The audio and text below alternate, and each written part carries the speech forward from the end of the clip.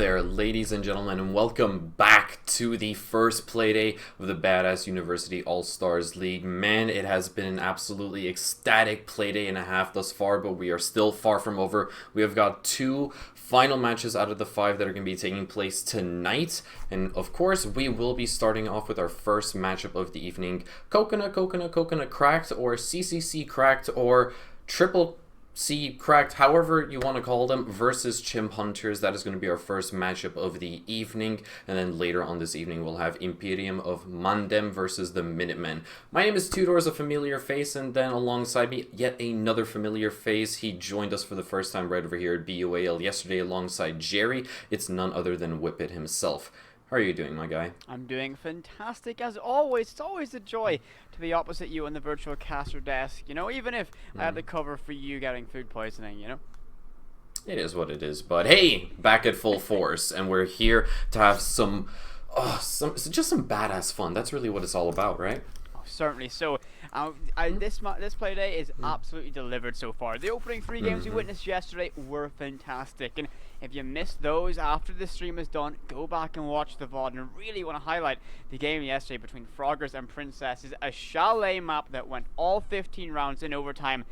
And Ideal, Max, a name many of you may recognize, absolutely smashed the kill record, setting a brand new one of 26. It took him an ace on 7-7. He clutch aced on overtime match point to break the record. Absolutely fantastic one. So keep an eye on that one. But we have, again, new teams in this matchup. And as you said, Tudors, it's Coconut Cracked versus Chimp Hunters. I'm going to be tripping up so badly when it comes to Triple C Cracked because I don't even know actually how to work it into a single play-by-play to this day. It's going to be it's going to be a chore and a half to see exactly how I'm going to shorten Coconut Cracked. I really don't know. I'm going to be puzzling with this throughout the entire evening. And luckily enough, Chimp Hunters, that is something that we can actually, you can grasp by the tongue and actually make it roll off it relatively easy. But yeah, that is going to be our first matchup. We do also have the map veto, if I'm not mistaken. But actually, before we go into the map veto, before we even go ahead and take a look at the map veto, let's go ahead and get to know these two squads, as we'll be showing up the rosters momentarily, so everybody can meet the new peeps that have actually just waltzed on in on the side of Quadruple C. We've got Call Me Dicta, Daka, James, Tuluk, and Boris. Now, for those of you guys who were tuning into the first season of Be a Whale, Call Me Dicta is one particular name that should stand out technically stand out more than the rest. On the opposite side of the spectrum, Chimp Hunters, we've got Where is Mo? Soundenouse, I believe that is potentially Downus for short. We got Atlantic, Angelo, as well as Bullet. Those are the 10 players that will make up our first lobby for the evening, and it's sure to be a cracker of matchup. Certainly so. New faces, new rosters, new team names, and I have to say, massive credit to every single team. The team names they've made are absolutely brilliant. And well, our second matchup of the evening, you'll see one of the best ones. I think both me and Jerry yesterday agreed it was to them. But this matchup ahead of us, it is early days. This is Playday 1. We haven't seen these rosters go head-to-head with anyone yet. So right now, it's a bit of a blank canvas. We don't exactly know what we're going to be expecting, and that makes every single round more exciting. Every round, we're going to see a new sight, a new glimpse of what these teams can provide. And again, first Playday, a lot of first impressions are going to get made, and this is going to be a very interesting matchup. Remember, our scoring system in place is going to be the same that NAL and EUL currently have, where if you go to overtime, the victor of that gets 2 points, the loser will be able to get 1 point. So overtime is going to be a massive incentive for teams if they find themselves on the back foot, and lead to so many dramatic matchups. Just taking point what we saw yesterday on Chalet. Yeah, definitely so. If you do even make it to those to actual 6 rounds, not necessarily even having to hit 7, but if you just hit 6 rounds, you have guaranteed yourself at the very least a point. And making it all the way to overtime means that you do have at least 1 point guaranteed and a potential 2 of max. But obviously, a lot of teams, they don't necessarily want to force their way all the way to overtime. They want to close off these matches as soon as possible, because bagging yourself 3 points, it is basically just the ideal, the dream scenario to end off your current Playday on, and especially in the very, very early stages of Season 2, you want to make sure that you can nab as many points as soon as possible to not fall too far behind. Certainly so. Early points are a massive investment later on that season. Now, while we're not going to be able to show you the map builder right now, we can confirm the war zone of this evening for our very first matchup, and it will be Consulate. So again, a map that many teams have perhaps not wanted in the climate, or have often kind of, disliked. It's been pushed to the bottom of the picks, but it's going to be rising to the top this time. It's going to be very interesting to see what these teams can do. We've seen, us personally, and so over in Benelux, have seen some interesting variations and teams somewhat evolving on often stale maps. So it'll be interesting to see if any of those people have dabbled in or looked over perhaps of what they could have witnessed during those Season 6 qualifiers. Yeah, definitely so. Don't get me wrong, Consulate, despite the fact that it technically is the longest standing map within the current pool as well, without having seen too many changes. Just a couple of... When did they actually last adjust the map? It must have been roughly 2.5 to 3 years ago, where they just blocked up where they blocked off a couple of spawn peaks by adding in the umbrella. Adding in another demolished wall over towards the police cars and that kind of stuff. But aside from that, it's basically the longest standing map to this day. And it hasn't necessarily seen all that much play in the amateur side of Siege, but because it did see quite the massive resurgence over in that Tier 1 level, that has started to ripple down to the amateur scene as well, for Tier 3, Tier 4, and basically that means that it's all for our viewing pleasure as always, and we're not stuck with the Tier 4 trifecta. But Consulate is going to be our war zone for this evening. We are just waiting for the last couple of hours to cascade in through all chat, as you always do love to say, and then we can hop right on this pony and then get the match underway. Certainly looking forward to it. If you're watching G2 last night, we got to see the Yak go absolutely massive on Consulate. Will we see another player shine that bright in this matchup? I certainly hope we can. Again, a map like this tends to lend itself to big heroic moments as individuality can shine bright.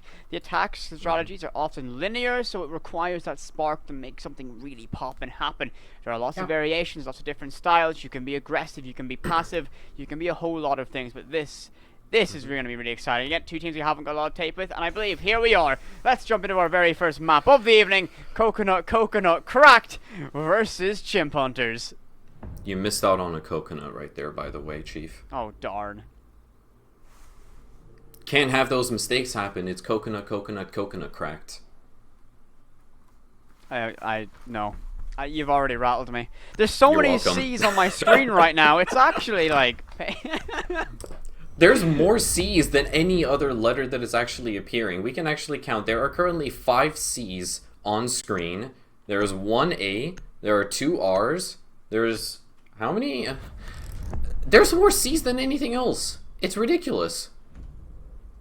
That's a lot. Oh my. Yeah. And now I can't unsee it. I can't unsee it, but I tell you what, I can't unsee. An Ashban, early here on Consulate. Oh, and an Ash Jaeger ban. Okay. Oh, hello. Now, this is an exciting one. I think we're going to be in for an action-packed one. Nomad out of play as well. Those air jabs no longer a factor, so aggression might be name of it, as Valkyrie, our final operator off the board. An Ash Jaeger ban, certainly an uncommon one, but it often can lead to a very exciting time. And I think it's already time. I can already pull one of my most obscure references of Siege out. You ready for this one, Tudors? Are you ready? I don't think I am. During the North American qualifiers for OGA Pit in Croatia, Shrug, the team Flynn used to play on before moving into Mirage, banned Ash and Jaeger versus Evil Geniuses and nearly beat them on Coastline, forcing a max OT clutch for, I believe, NVK at the time. So that was it was a very close game, at least, between them. That one completely blew past me. I don't even remember the last time I actually even watched OGA Pit. Man. I can tell you for a fact there were about 200 people watching that game. That is, that's an obscure one. My oh my. Well, there's your obscure piece of Siege trivia for the evening, and if you definitely love that one, then, well, make sure that you got your eyes and retinas peeled towards the screen, and your eardrums are, well, loud and clear. They're just entirely clear, because there's certainly more obscure trivia references to come. The one thing that I actually do want to point out, though, Orca. She has been known to be, like, basically the prime form of an Ashen Jaeger main throughout the entire first season of BUAL this time around, and I actually did run into her not too long ago. We were playing ranked placement matches, and we actually met up on Chalet, and besides the fact that we actually whooped some ass, she told me that she was so ecstatic to get into this particular season, to have some fun back here at Be a Whale, but that might have to be cut off short because her two most favorite operators, they have been banned, which is super duper unfortunate, so she's relegated to playing that role of the Vigil. I can't imagine she's having all too much fun this time, though. Was that this season of placement game? Was that this season? Yeah. Was that in the start of Christmas High? No, we just randomly came across each other and ranked. Fair enough. Was I in your stack for that one? No. This was just me solo queuing at like 4 a.m. You are a brave soul, but well, we're going to be jumping into the action here, and repel up. That's going to be Sledge going to look over the spiral windows, a nightmarish position as well. The Aug sings early as Atlantic falls, and that's going to be your buck no longer available. A skeleton key going to be finding it difficult to pick any locks from beyond the grave, as that verticality no longer an option. Orca left indeed being no one finished off by that repel on that Sledge.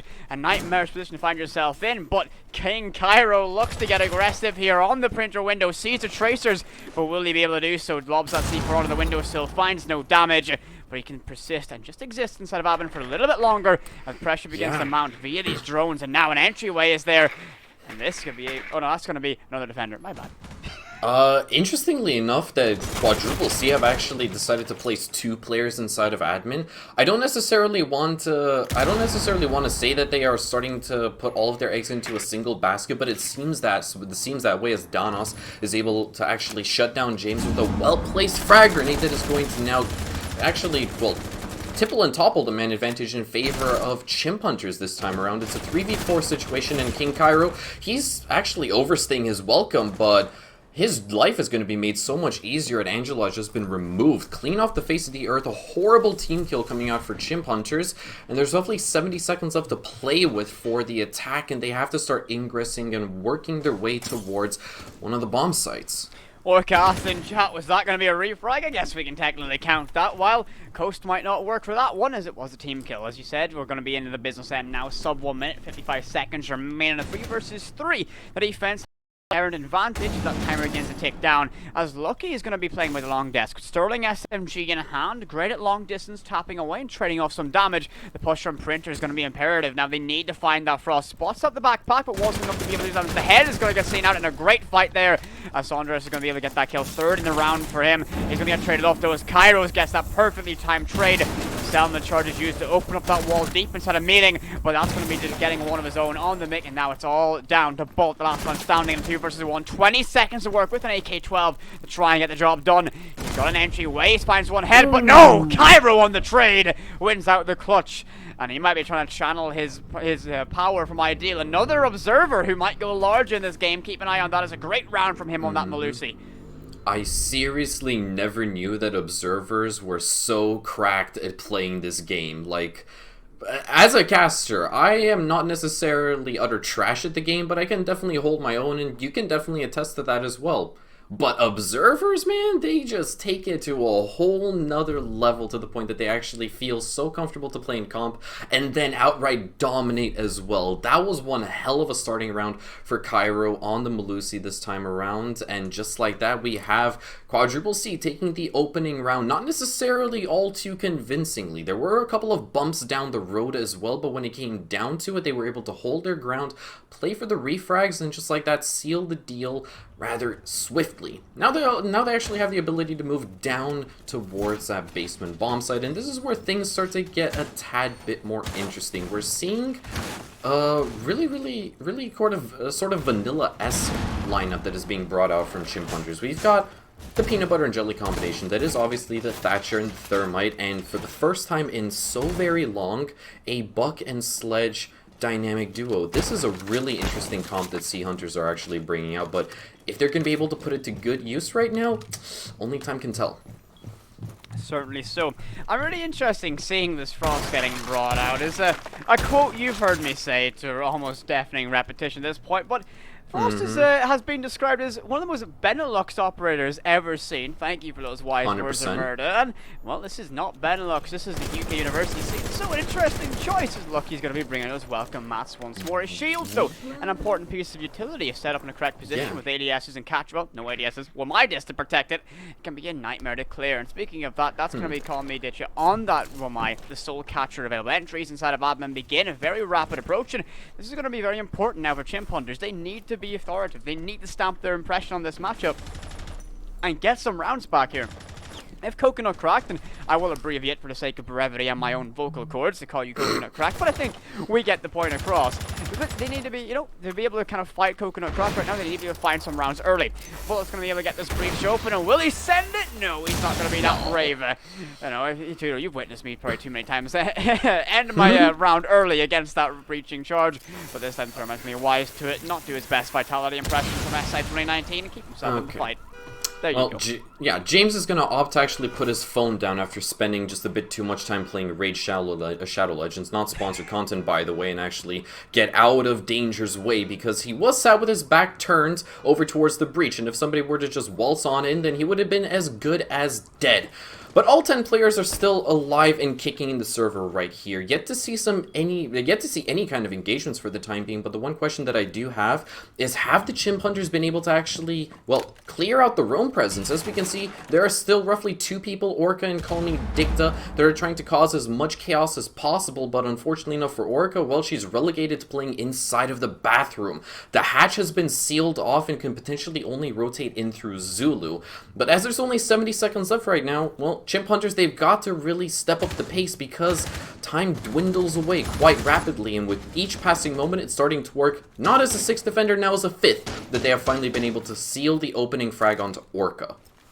A great kill there. He gives the offense a bit of a man and count advantage. But as you mentioned now, that's going to be filled up by this now 5th defender, the defender, the clock. But King Cairo doesn't care for that. He's going to find another kill as Atlantic falls to the MP5. He's doing great work on that Malusi. Can he continue the tread? Loves the C4. Spots the player going the white van, and surely he can get aggressive here. Swing from yellow stairs. Will he be able to do so successfully? Yes, he is. Just on user time. No man's land, and there was no cover there at all. So Doris is going to be able to try and push in and use the sledgehammer to break that frost map, but doesn't matter. It's slowly but systematically, they're going to be the offense picking apart the defense. Cairo, the last man to fall, to the hands of Angelo, and that's going to be a great round for the offense, tying us up 1 round apiece. I've got to say that when it really came down to the dirty business on the side of Sea Hunters, I was starting to feel relatively skeptical as to whether or not they could close off that round successfully. But the thing that sort of handed them the victory in that sense was the positioning that Coconuts actually had. They weren't necessarily playing in very favorable positions. Orca was isolated inside a bathroom with no retreat routes whatsoever. Call Me Dicta couldn't necessarily provide all too much assistance from the top of Spiral Staircase, and the moment that Orca had actually kissed the ground, Chimp Hunters then immediately got to work on exerting vertical pressure. It was almost instantaneous when it happened, and at that certain point, well, Coconut Crack, they started to really feel the heat, and they got super duper uncomfortable to the point that they were isolated inside of cafeteria as well as office, and then it was just Sandanos who came in from the Visa Staircase and had to just tap on a couple of heads, easy 2-piece, and just like that, the round was entirely closed off. Chimp Hunters, they played that really well, all in all. They did. They absolutely superb. I do want to draw your attention to Atlanta. Grabs the fuse. An operator that is rare to see, but on this site, you can somewhat justify it if piano control is easy to achieve, or as Jerry would call it, harpsichord room. So will they be able to get control? It is a harpsichord. It is. Mm-hmm. I do despise my knowledge of that. It has made me feel like a liar every time I call it piano. Honestly, same. Yeah. Yeah. It's a burden us casters must carry for the rest of our existence. Sadly, it is. And every single time that we accidentally call it a piano, we must, wait, how do we punish ourselves for giving out bad calls? I don't know. Neither do I. That's a concern. Yeah. I mean, I'm sure the Great Casting Council will be able to tell us. Definitely so. I mean, obviously in the worst case scenario, if we give out a bad call and we accidentally, call the harpsichord room, the piano room, we might be, disbarred. Lose our, totally realistic caster's license. Yeah, everything. Yeah. That's Get kicked out of the guild, who knows? Yeah, no, I mean, all the passive bonuses you get from the guild, man, it would suck to lose it. So we should be best to make our call, make sure our words is crisp and clean as the gameplay we're witnessing between these two teams. And oh, I can get a segue out of anything, Two Doors. We've been trained for this. It's the main reason why we were even brought onto the guild in the first place. We're just that good. So, Orca trading off some shots down towards that meeting window. Existence is pain. Oh, well, so is it for Atlantic. Shut down instantly by the K1A. But Angelo gets a trade-off on Orca. Sandoros gets one of his own. And while the advantage now sits with the Chimp Hunters, can they grow it even further and set themselves up for a fantastic position? Interestingly, it was a fused shield I saw stumbling down towards Long Desk. Not a common sight, not something you expect to see, but, I mean... don't get me wrong. Don't get me wrong. In my opinion, as a tier 7 caster, playing Fuse Shield with the trampoline in your back pocket is the right and only way to actually play Fuse. But the fact that they have lost out on Atlantic so very early on must be absolutely gut-wrenching, despite the fact that they are clearly in the driver's seat in this particular round. Now, Chimp Hunters, they're on their road to claiming their second attacking victory in a row on a basement attack this time around. They only have 3 defenders left to power on through, but they're just waiting to give themselves the green light so they can flood the gates and then just start clicking on heads and take another round and finally gain the advantage as well. 40 seconds left, and they've got to make a move. They certainly do. There was an attempt to get that plant down, but Mo is going to be able to stick this one out now. There's no initial coverage or denial availability, so it looks like it's going to be a post-plant situation, and the numbers are in their favors. Yes, it is. 40 seconds till we hit critical on this round. 3 members stand for both teams. It's going to be a fight as James.exe gets one on the Mo trade-off on that planter, but still lots of vertical positions held on the outside position, but James is going to get aggressive and shut down by Bullet, but look, he's going to get traded off as well as Sandoros finds 2 at the end, and that's going to be the Chimp Hunters winning yet another round. The offense looking crisp and clean right now, and they line up beautifully for the L8 of Destruction. And he gets that nice 2-piece to wrap things up in a perfect little bow as we move to round number 4.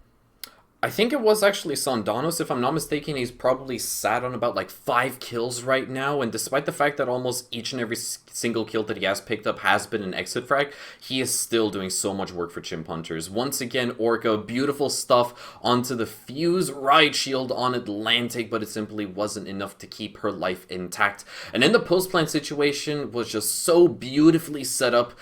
Chimp Hunters, they really tried to force Coconuts to try to actually mount a retake from above, to try to actually gain vertical control, and they just walked right into the open arms of Sandanos once again. And just like that, Chimp Hunters, they find themselves 1 round up. A 2-1 scoreline thus far is exactly where you want to be sat at this particular stage of Consulate. Arguably, well, you know, the attacker side of Consulate hasn't necessarily been the most favored, so the fact that we're only 3 rounds in and Sea Hunters have already managed to find 2 for their troubles on basement, nevertheless, it's pretty massive. It is, sir. I mean, Chimp Hunters are playing a very perfect game right now. Top-down clear, and the trades are a massive factor. They're able to trade off their teammates and keep the advantage on their side. And so, when you're able to do that consistently, it's very difficult to break that down on the side of the defense. Every time you peer your head around and get a kill yourself, and you can then get sent back to the observation screen, you know you're going to be in for a long day in the office. And it looks like Chimp Hunters are going to try and make it a quick one, though. It's a 2-1 advantage to sit on. Can round 4 be good for them, or will the defense of Coconut Crack be able to claw this one back and bring us back to level playing field? Upstairs we go, a strong site, but many teams have opted to go back down the split site instead of even daring to go to Consulate and CO, giving Lobby its primary site justification now. So again, will the window repels be a massive factor, and will they be kicking themselves if they didn't go to split? Potentially. I really don't know. Obviously, the last time that Coconuts had visited this particular bomb site, there was a whole boatload of action that was taking place over by the admin office. We saw frag grenades, we saw team kills, we basically got the entire meat and potatoes of this particular push, and it might start off relatively early, but oh, that C4 is just inches away from claiming at least 1 attacker. Alta King Cairo, expended utility now flushed entirely down the drain, but the Coconuts, they want to continue to persist. Once again, they have 2 players stacked up inside of admin to try to force the Chimps to rotate directly on around and attack this particular bomb site from an entirely different avenue. Chiron so close to landing that C4. It would have been an absolute delight to see with all those bodies stacked up. You only wonder how many he could have got if it was just thrown a little bit more precisely. Gentry way to admin, though, has really found itself cascading against a brick wall as Angelo gets the opening kill on the Orchid. The Legion now no longer on the fight, and that's going to be all the way by meeting balcony. Sophia's got a massive amount of control there, but Atlantic loses a massive amount of HP, but so does Lucky Goods, reduced to 0 in this fight. And now it's going to be 3 defenders remain. Cairo brawling with the invert repel all the way by paper, but a tricky fight to take.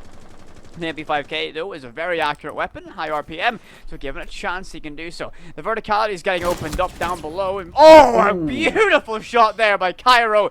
That pre-placed C4 might not even need to be used, but more importantly, the fuse is dropped in no man's land, but Angelo finds her second in the round, as that's going to be Cairo. Now lowered in the grave as Andros gets aggressive, and now it's a 1 versus 4. James, what work can you do? He's going to be able to grab 1, now has 3 to fight against. Cappy Cow bolts are up to choke out this push, but will he be able to find another one? Yes, he can! He's got 2 more to go, and the plant's not even be attempted yet. Remember, Atlantic's on a single point of HP. 1 9mm round will be enough to send him to the Shadow Realm, as Bullet looks to make his entryway, smokes to cover him, but James is holding fast, sitting patiently, as that smoke's going to go down within this, well, that plant's going down within the smoke. He doesn't see Cappy Cow! Oh no! The curse of 4x3! Oh, no! As Atlantic on a single point of HP, shuts down James. And you've got to feel for that one.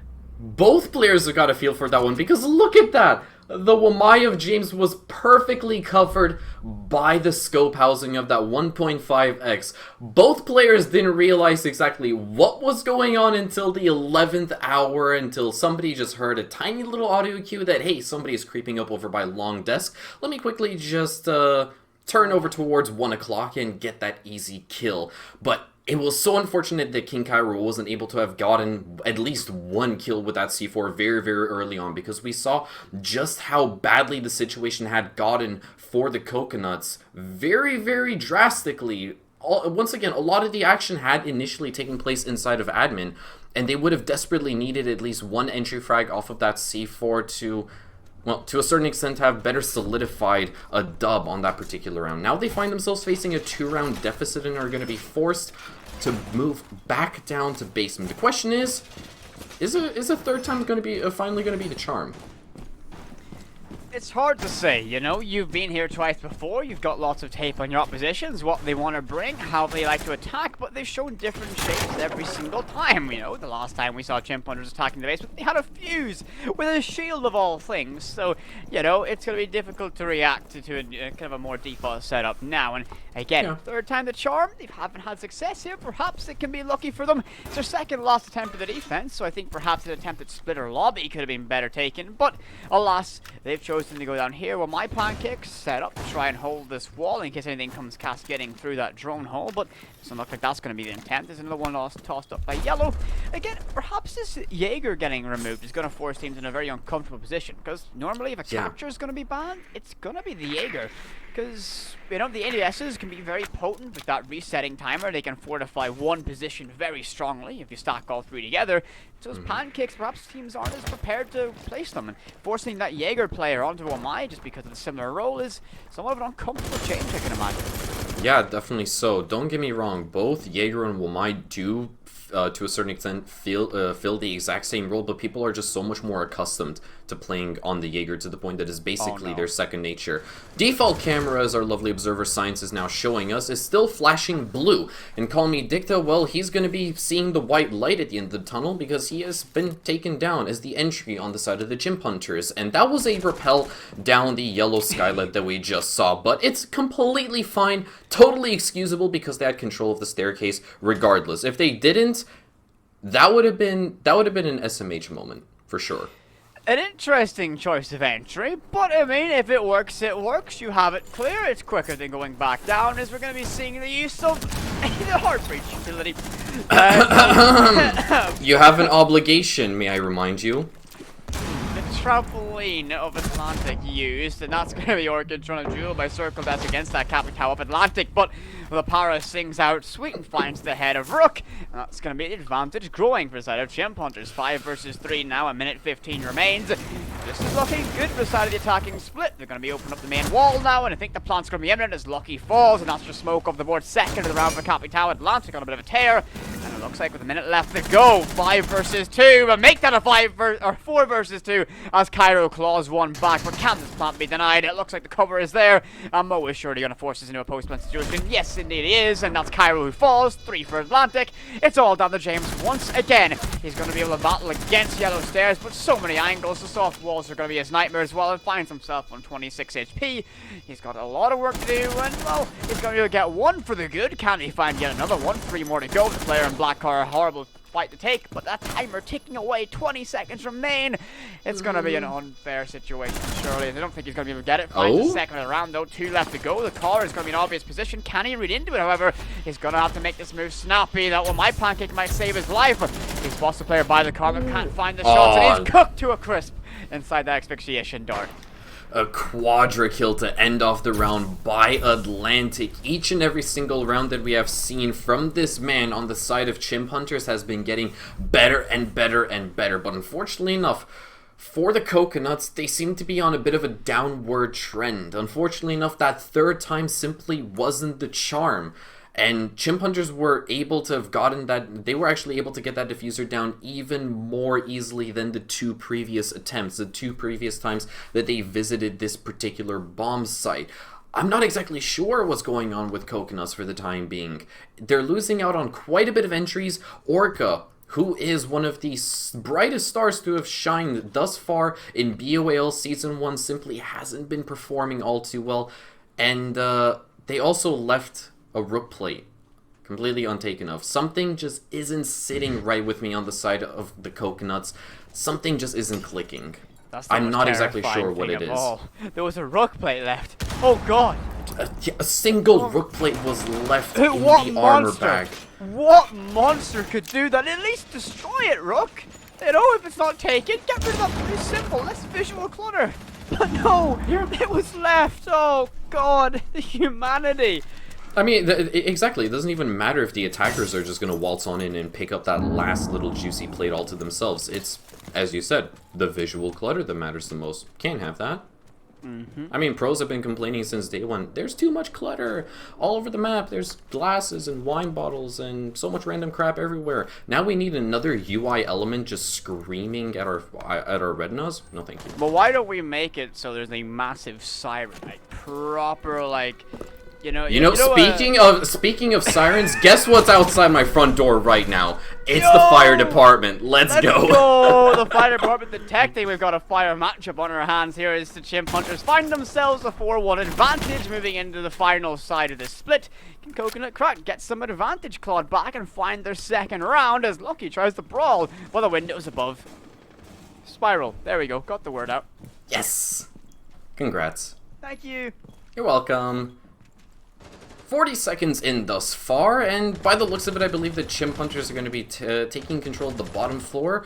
There seems to be only a single person down below, and that is King Cairo on the Malusi, who is down below inside of Garage. Has a C4 in his back pocket, and if he remains undealt with, it wouldn't necessarily bode all too well for the Chimps. Lucky is going to take a boatload of damage. I'm pretty sure that was from Angelo.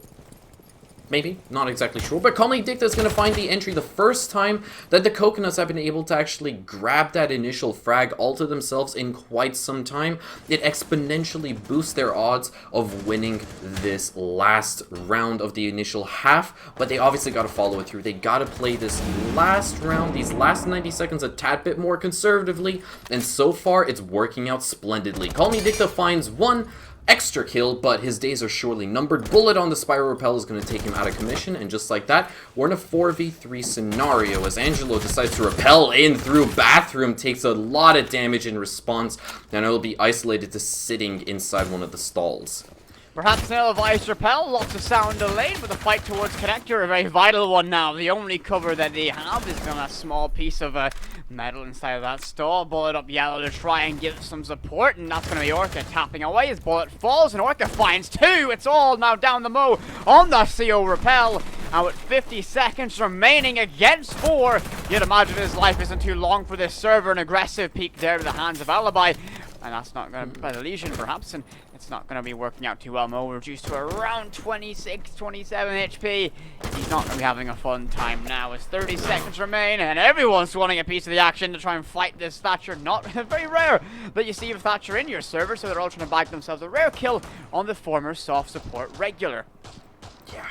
Unfortunately enough, just like two Trailer Park Girls from an Eminem song, he has to go around the outside, and there's only 20 seconds left.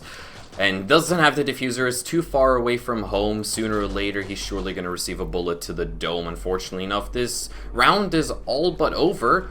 And that's going to be the Coconuts finally... Oh, the disrespect from that one. Nice one, Mo.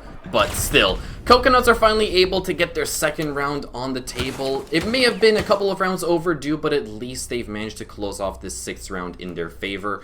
And now, well, the side swap comes around.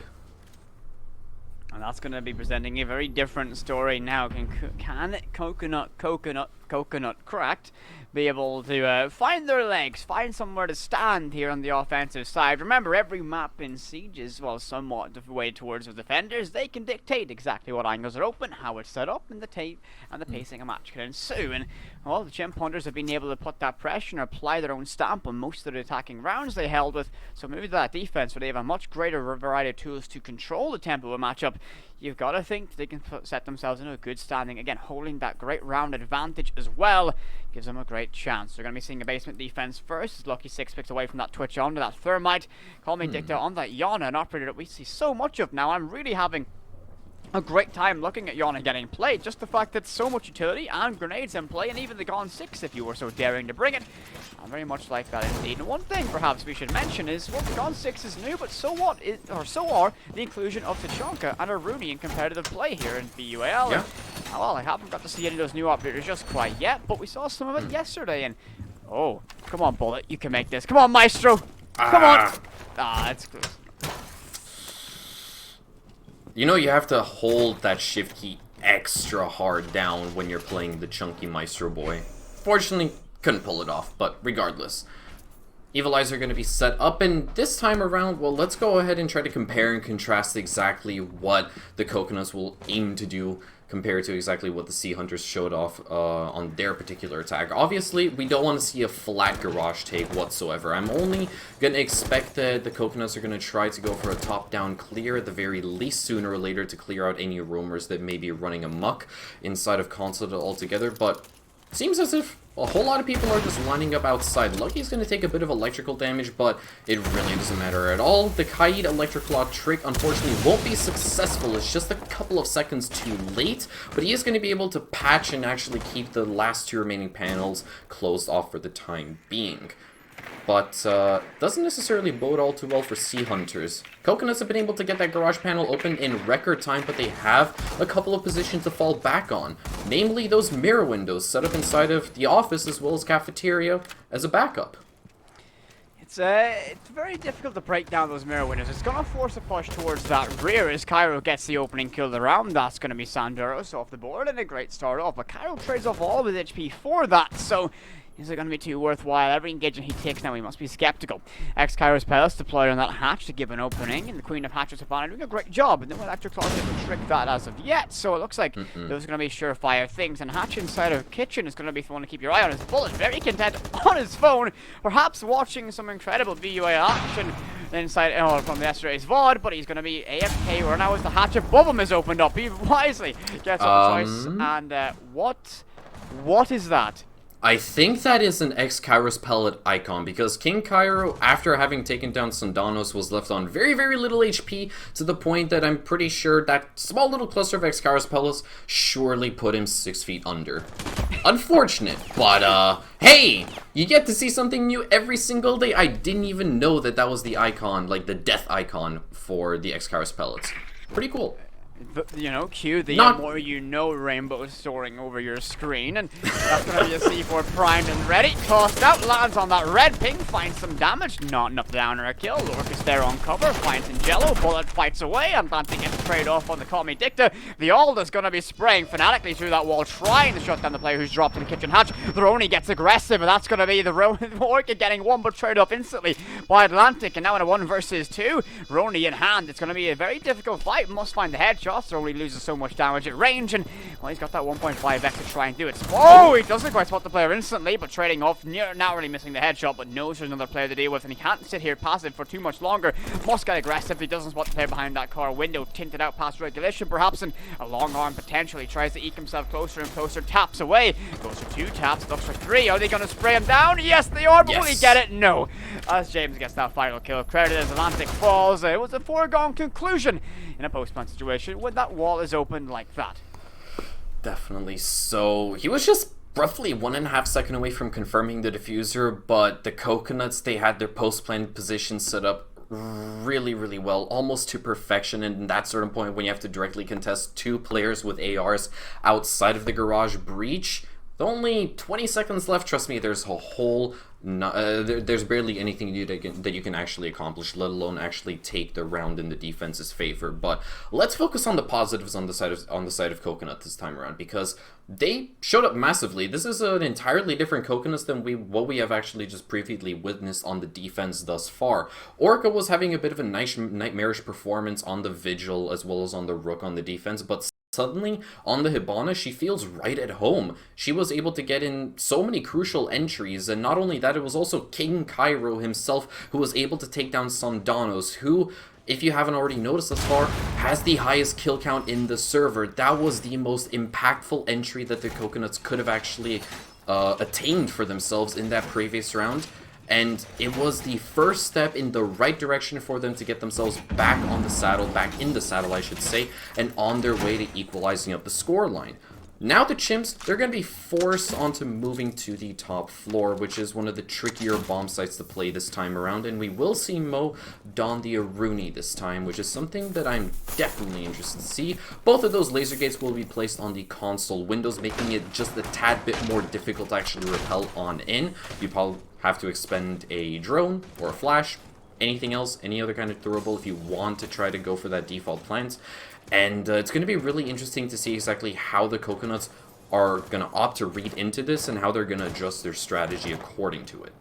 Well, the big thing about those laser gates in particular is how easy they'll be to reset via connector or window. Given a single bit of a pixel chance, they're going to be able to reopen them even once they've been closed for that opening time. So it's going to be tricky to clear those initially, and really is going to force a level of commitment. Once that's opened, you've only got a narrow window to actually get through it before the opportunity for the defenders to reopen it occurs. And Mo might be able to read into that perfectly. Roni in hand, a great weapon to brawl with. We've seen a lot of use of the DMR inside of competitive play. Yesterday, I believe Blurkaby on Navi's side was using it on this very map indeed. So Roni is I think both weapons are very valid choices actually. It's called Me Dicta gets the opening kill. The Nomad's ARX sings sweet, and that's going to be all the way from yellow through the wall. And his toes, oh no, whose toes are those? It's Angelo's, and that's going to be an early kill in favor of the Nomad. And that's going to give the advantage yet again. Coconut cracked, that's going to be double as Orca finds one on the Mo. The Arudi no longer in the fight. Sandoros looks to try and trade off towards yellow, but already pressure mounting and building. Oh, that was a Yana. Hold up, that was a Yana, my bad. Oh no. I saw an AR. Oh no. Oopsies. Most of the time, Yanas are using the G3060, okay? Yeah, that's true. And look at that, James. The executable file himself is just executing, he's just executing defenders left, right, and center. Absolutely massive stuff thus far. King Cairo is going to set that defuse in stone, reset the clock back down to 45 seconds, and just like that, well, it's a flawless round from the Coconuts. They have just been getting better and better with each passing round thus far. If I'm not mistaken, that is what? That's their 3rd round in a row that they've been able to pick up thus far, and they have officially hit their stride. They have not necessarily hit the ground running, but they have been able to finally lift themselves up to a point that they feel comfortable playing in. It's an even scoreline, 4 rounds apiece thus far, and now the Chimp Hunters, it's up to them to try to figure out exactly what are we doing wrong and how do we shut down exactly what the Coconuts have been doing, because for the past 3 rounds, they have been getting away with entry frags, they have been doubling down, following through with kills left, right, and center, and now it's all accumulated into a flawless round. The Coconuts are showing absolutely no signs of stopping. They really, really are, and that's going to everything tied up now. 4 rounds apiece. They've got themselves side by side with the advantage, but can they make the moves stick? Can they dive bomb around the inside and get it done? Or will it be Chimp Hunters to get themselves back in the primary position?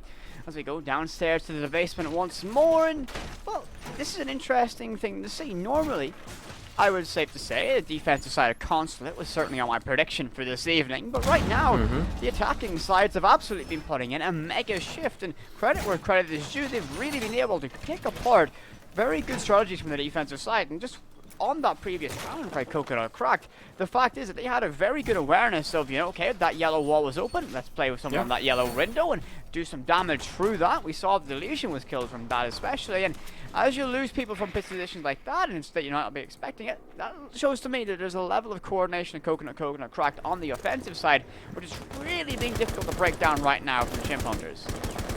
Yeah, definitely got to agree with you on that one, and I think it just has to do with the fact that every single one of the players on the side of the Coconuts, they have been activated and they have been playing absolutely cracked, living up to their namesake quite literally, and especially King Cairo on the Fragmite this time around. Interestingly enough, all the support players on the side of the Coconuts have been lifting the entire team's weight over their shoulders thus far. James and King Cairo both sitting on 8 kills apiece, and they are so hungry for more. Once again, going to open up the garage panel practically in a record time, and that's immediately going to make the Chimps feel just a tad bit more uncomfortable, as they have been relegated to playing behind covers, not being able to directly test the players outside. But luckily enough for them, there are Aruni gates on the garage panels, well, denying direct access, at least for the time being. I can see 2 of them perched up.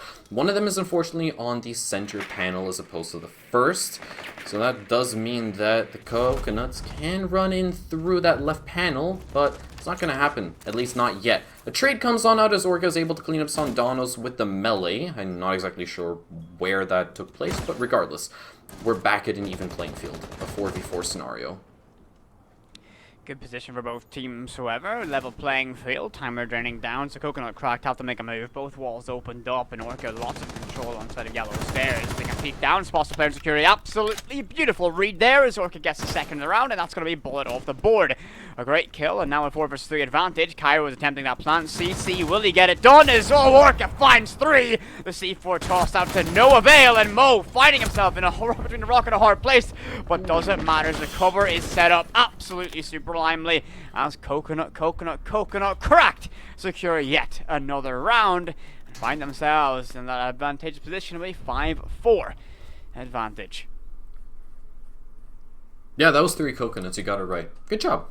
Yeah, I made sure of the emphasis of the extra coconut there, dude. I bet as you were actually, saying the entire team's name, you were just counting on your fingers like coconut. There's my thumb. Bold of you to assume I can finger. count. I mean, yeah, true. I'm a play-by-play. You think I can count? You are a play-by-play, and you have mistakenly just blurted out the wrong number of rounds multiple times last week as well. So, oh, yeah. Don't remind me of when my brain literally oozed from my ears and I forgot how to count. 2 doors and a whipper. Okay, thank you, Cairo. Thank you for calling me whipper. I appreciate that one. Thank you so much for that, Cairo. You've given me a new name to bully Whip It with. I mean, don't act like you're running that low on ammunition. Oh no, I'm not whatsoever. But this is literally taping an extra magazine to the one that I already have. Oh, you got Julie mics, bro? Oh, heck yeah! No, bro. Are they side by side, or you do the flippy animation from the AK? Flippy animation, obviously. Oh, the AK. That's the only way to do it. Yeah. I hope you enjoyed that random trip of nostalgia. Down memory lane we go, is upstairs to CO up as we find ourselves for round number 10. Chimp Hunters, can they get around the defense? Get the score, or get to strike gold in their defensive split. Coconut Cracked have been on fire right now, and they really are, well, living up to their name. Cracked on the offensive side and causing all sorts of problems for the Chimp Hunters. It took them a couple of rounds to really find their groove, but now they've got it back. 100% for sure. They sit 1 round away from actually hitting match point this time around. This is a grandiose start that they have been able to accomplish thus far on the first Playday, but is not over just yet. 2 more rounds is all they need, and that's technically all of the all of the options that the Chimp Hunters have left to shut down this raw, unbridled aggression that the Coconuts have been exhibiting thus far. They have to try to get an entry frag under their belt to shut down the early plays that the Coconuts are exhibiting, because they have been able to gather so much territory, so much real estate all to themselves, and the moment that literally the first kill comes out for the Coconuts, it is followed up by one instantaneously, to the point that the Chimp Hunters have almost no way of actually fighting back. But look at this. Orca, already ascending the yellow staircase, is just perched up and ready to take the fight directly to Mo. Little does she know that there is Angelo inside of the cubby right over there. Mo goes for the wide swing with the pepperoni in hand. It's not going to land anybody's head this time around, so these two are going to continue to duel it out as the round progresses, but it continues to progress. We are just about to surpass the halfway mark, and so far the Chimps have been able to keep their lives intact, surprisingly enough, and the Coconuts not looking as cracked as previously. But there's Mo, a lovely spray through the barricade, is going to find the head of James, and Orca is going to retaliate, claim the trade, and put us back in a 4v4 situation. Orca is going absolutely nuclear right now in this offensive half on that Habana. BDS skin in hand, they're channeling their inner Shaiko to get some work done. A minute remains and the entryway begins, but Angelo in a great position, and Cubby gets one, looks for two, and finds it. Cairo's next to go. The cover isn't there by Call Me Dicta, and now a very tricky position to find yourselves in. 50 seconds remain. The fuses drop to no man's land, and that pulse is still in the action. Angelo finally traded off, but this pulse just has to sit pretty and burn the clock. A grenade primed and ready, but tossed out to no avail. And scampering away in towards Circle Death now, but the damage has been done by the hands of Angelo. Bullet finds one of his own, and lots lucky in the grave. It's all down to Call Me Dicta now in a 1 versus 3. You've got to wonder if they can do it, but no! Sandero shuts them down, and Chimp Hunters claim round number 10 and get themselves back to level playing field. The Chimp Hunters are not going to go quietly into the night. It took them a couple of rounds to figure out exactly what has been going wrong, and then they've been able to quite literally just push that aside and shut down each and every single play that the Coconuts were trying to make in that particular round. It started off right here with this beautiful shot from Mo through that bathroom window to shut down James. Now Orca, she did her darnest to try to regain that advantage, but the moment that the Coconuts decided to work their way inside of the console office, they walked right into the open arms of Angelo, and at that certain point we hit the point of no return whatsoever for the Coconuts. It's an even scoreline between these two. Whichever way it goes, whichever way this next round goes, we are going to need all 12 rounds of regulation to determine if we're going to crown a premature winner or if we're going to have to actually pay a visit to our lovely friend Mr. Overtime. Only time will tell. I think I've been cursed. Everywhere I've been, I've seen overtime in the last week. It's somewhat of a blessing, however. Actually, I think calling it a curse is a bad idea, as we see so much more action. It's a curse and a blessing. Yeah, we're going on a great tour there at the bottom floor. Thank you, Science. Mm-hmm. As a wonderful observer for the evening, Science. I love to see it. Always. Perfect fadeaways and transition, as we expect. Mm-hmm. He's been working on those for so very long. He has really perfected the techniques. Superb. Always is. Pleasure working with him. Never misses any action as well. Love to see it. Never. No. Well, always got it on deck. Yeah, he does. And do we have any Yeah, we have no trampolines in the fight. That's what I was looking for. I had a bit lined up in case we had a trampoline on the board. I was trying to burn some time while I read the utility, but alas, no trampolines. Drone sent in. Bye drone. EMP is gonna bonk Team Cairo in the back and do it. Rush it. Do it. You know you wanna. They send it, but that electrical gets this. Nope. Come on. No, there were just batteries down there, but it really doesn't even matter. Sondanos, he's going to wide swing the breach and finds that James Mo is going to join in on the fun by shutting down Call Me Dicta. Orca is actually going to trade things on out, and it's a 4v3 situation between these two. We haven't even seen a full 50 seconds of play, and yet another player, that's Orca, who's finally going to be joining the rest of the lobby in the grave. My oh my. A very quick and explosive start to this one, and we Yeah. didn't even see a thermite rush. Cairo, there's your notes. You know what I want to see. Next time I see you in that therm, you better be bombing it through a breach as quick as you can. So, minute 45 remains, and the advantage firmly sits with Chimp Hunters, sitting pretty in a 4 versus 2. You've got to imagine all they need to do now is sit patiently, not get aggressive, hold their crossfires, and I'll just wait for the attackers to push towards them, as that clock is only going to act as a tool to pressure them. Cairo, though, sees a chance to perhaps find that head of Kaid, but he get a threatening sound towards him. You see a red silhouette pretty close down by pipes. Is Lucky Ducks to be aggressive now, but they have opted to not push in at all via yellow stairs. I think that's a wise decision, considering how many angles can watch directly towards it. So benches will be the entryway of choice. I think down Banana goes Thermite, but Bullets eyeing this up. He's looking down. The Alder seems hungry and ready for a fight. Will Cairo fall to it? No! He wins it out with a trade there as Angelo finds Lucky. Cairo now at a 1 versus 3 at a single point of HP. A tricky fight indeed. He's going to rotate deep inside of Archives now. But will he be able to catch this Malusi before they dive back in the kitchen? Sees him cross towards that rotate, fires off some shots, but going to be to no avail. Missing ahead by mere millimeters, and now with 45 seconds remain, he might not have much of a chance of betting for his kills. It could be his potential as he recovers some regroup with his team, but he can still make an effort here.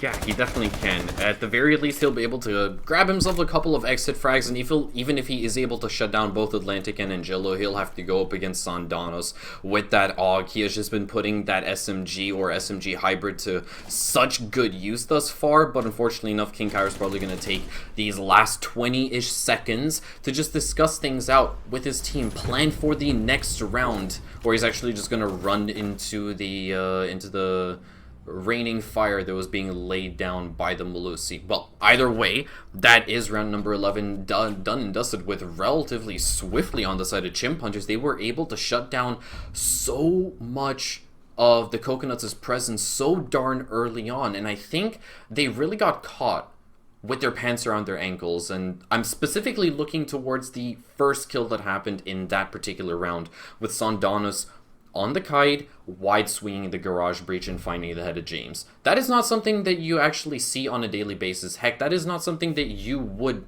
knowingly and consciously do on a daily basis. But it's these kinds of risks that pay massive rewards for the side of Chimp Hunters, and as such, they're the first to hit that 6th round. They have at the very least guaranteed themselves a point and could potentially add 2 more to it if they close off Consulate in their favor 7-5 without actually going all the way to overtime. So if they're able to close this one out now, a massive dub for them. But this has been a very back and forth matchup, and these teams really showing their strengths on both sides right now. Coconut, cracked. I got 3 there. Yeah, you got 3. Yeah, remember what I said? I can't count, so sometimes it's a struggle. But use your fingers. They taught you this in kindergarten, man. Use your fingies. What? Mind broken. I'll have to speak to your DMs about that one. I didn't know that one, but I didn't know you could do that one. What is really? Have you been using your toes this entire time? No, I actually have a mannequin's hand I do it with. Ah. Okay, see. I didn't. Oh, wow. Okay. You didn't think of it. That's the next level strategy. That came is right out of the Nab's Google I mean, Drive. look, personally, I didn't even know that you owned a mannequin. Like, I know that you have. I have a cardboard cow. You have a cardboard cow, so naturally, my mind would go to Milosh. I would think that you would count on Milosh's hooves. He has only 4 of those. I know that one off by heart. Yeah, exactly. And there's only 3 coconuts that you have to count. That's 3 of 4. He used 3 hooves. Done. Oh, I think I think you've just solved every crisis in my brain. Thank you. You're welcome. Let's go. Oh, let's go. Let's go. Let's get into the action as we have 2 minutes 20 remain. We're going to go downstairs to the lobby. Looks like Atlantic very wary, playing in, looking towards the CO windows, and well, we all know what weapon he's wielding, and 81 bullets of hurt. Can he conduct that symphony of pain the Aldous so often can bring as Angelo finds the opening kill, as James 257 off the board early. Bit of a yikes. James, he has been asleep at the wheel the last couple of rounds. Unfortunately enough, there's not a whole lot that he could have done to change the outcome. the guys on the side of Sea Hunters, they realize that James has a massive bullseye on his back, and they have been hitting it, basically nailing that particular coffin time and time again, taking it out of commission so early on is not going to leave the Coconuts in a very favorable position. It's a 4v5 scenario. This is a lobby and press defense, the first of which we are seeing between these two squads, and it is not boding all too well for the Coconuts whatsoever. They have yet to actually grant themselves access to the building itself, and all the chimps really have to do is just hold on for the next 70 seconds. Orca's gonna shut down Atlantic, which is a really great start. What? Are orcas commonly found in the Atlantic Ocean?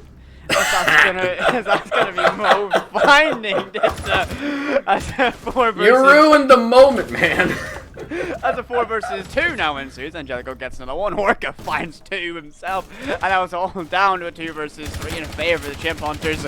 The offense pinned against the back wall of Orca finds 3! It's gonna be forced to do an ace clutch now in a 1 versus 2. 35 seconds remain. Orca's gonna try and get this plant down. Is the information there? Can they deny it? It looks like it's gonna be a post plant. Yes, it is! Will Zafia be able to pop up like a whack-a-mole and find the head of Bullet? A tricky position, crossing into safety. Shot to the UMP rain out. A difficult fight for all parties involved, crouching and weaving, but no! Bullet finds his second in the round, and that's going to be all she wrote. Now is downed by the super shorty he goes. Was that diffuser? Lots of time for the counter defuse, and that's going to be a victory for the Chimp Hunters.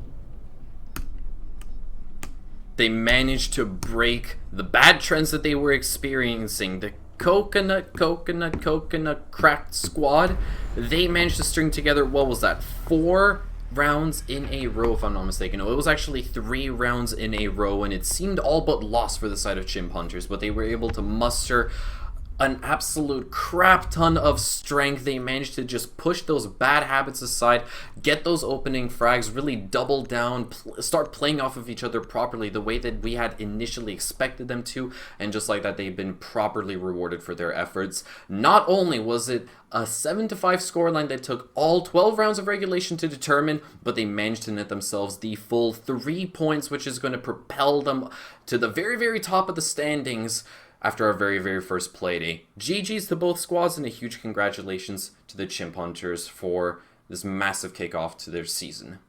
That's right, Chimp Hunters now find themselves tied at the very top of the standings with Team Tritons, so it's going to be an interesting, we get to see those teams clash out soon as they lead with a victory, with a regulation time victory for both sides. So, really they're looking forward to getting to see those teams match up. But we saw a very fantastic showing, and both teams, massive credit where it's due, they came alive and really showed strength on a map like Conflict, which can be tricky for the offensive side. A real big credit to Coconut Cracked for that, where they were able to really kind of bounce back from the dead and really show that how good of a side they were. They've got that massive swing of momentum on their attacking split. They just couldn't get themselves eked over to that final finishing line of getting themselves match point or into overtime. But so, massive credit for them, a great showing.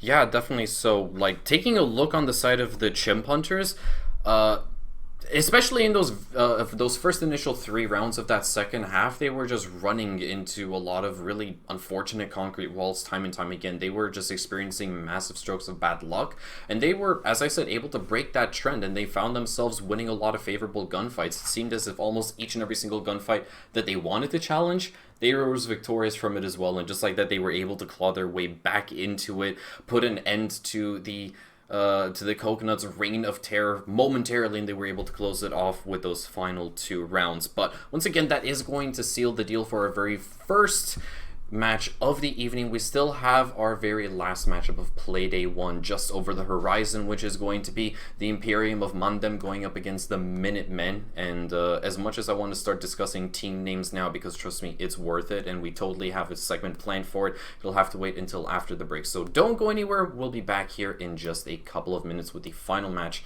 of the first Playday.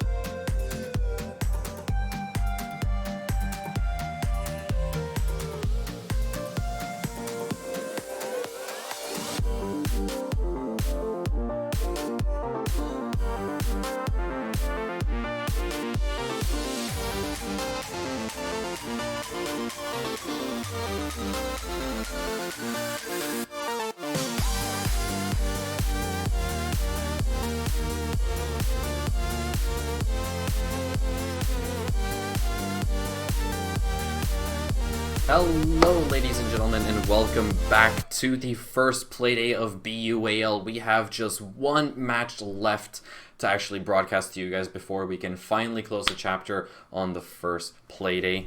That is going to be the Imperium of Mandem going up against the Minutemen. And my oh my, this is going to be one hell of a matchup as well. In case of you guys are just joining us at home, the first matchup which we saw was Coconut Cracked versus Chimp Hunters. That was on console with a final score line of 5-7 in favor of the Chimps, and it was quite the decisive win as well. Chimp Hunters bagging themselves 3 points, propelling themselves up to the tip top of the standings, and now it's up to one of these two teams to see if they can join them. Question is that going to happen? We'll only have to wait and see. Yeah, well, we haven't, again, not seeing these players go head-to-head just quite yet, but we do have our roster sheet, so we get to know who we're going to be in action with for, again. So this is going to be Imperium of Mandems versus the Minutemen. So, look at the Imperium of Mandem. Tudor, I'm bad with names, so help us out. You're bad at everything except shouting at people who play video games, right? Pretty much. Pretty much. Okay. On the side of Imperium of Mandem, we've got Scipio, Angelix, Rose, DJ number 7. Wow. Okay. Hailing from the University of Exeter, and then the Daub as well to close things off. 2 players from the from Staffordshire Stampede. I was about to say Stampede for some reason. No idea why. On the opposite side of the spectrum, that is the Minutemen. We've got Age of Saul, Dumfries. I was reading that with Dutch in my head, like Dumfries. That's completely wrong. Then we've got Kieranbo, I believe, by the looks of it, with another 7 at the end of their name as well. And then we've got Jsaws as well as Rurid with a J. A lot of random characters that end off people's usernames. I am loving it so far, but these are your 10 players who will be going to war on our very, very last matchup for the first Playday. I'm not exactly sure if we do have a map veto GFX at the ready, but if we don't, then we can go ahead and quickly disclose that tip-top secret information with you guys. We will be visiting Oregon. That is going to be our war zone of choice between these two squads. We've seen our fair share of Oregon. A lot of people will argue that myself and Whippet hate Oregon with a fiery passion, but I feel like we might be caught off by surprise yet again this evening.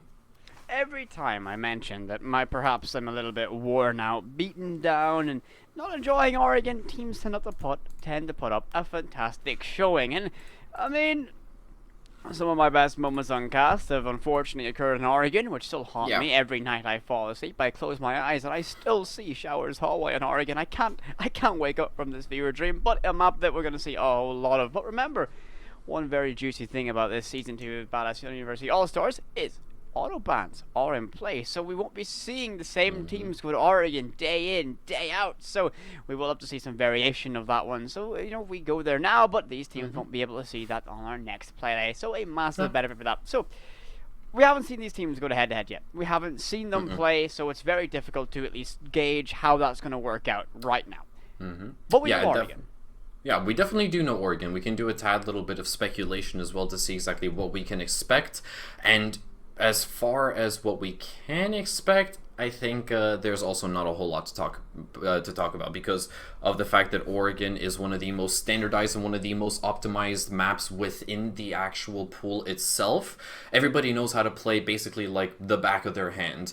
The map itself, by design, its own architecture doesn't necessarily include a lot of destructibility. There are basically just strategies which are set in stone that you should know and should be able to execute as well. So obviously, Oregon, as a war zone, is really going to put these two squads' overall coordination to test. If they're able to pull off these standardized strategies basically to perfection, the team who does it then better than the other is more than likely going to walk away with the full 3 points, or at the very least 2 should we go all the way to overtime.